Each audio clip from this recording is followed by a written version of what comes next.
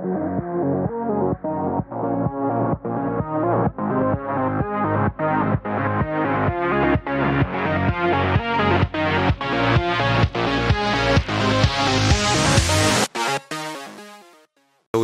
about to get started. I'm gonna start taking everything out, and I'll show you how it looks like in a little bit.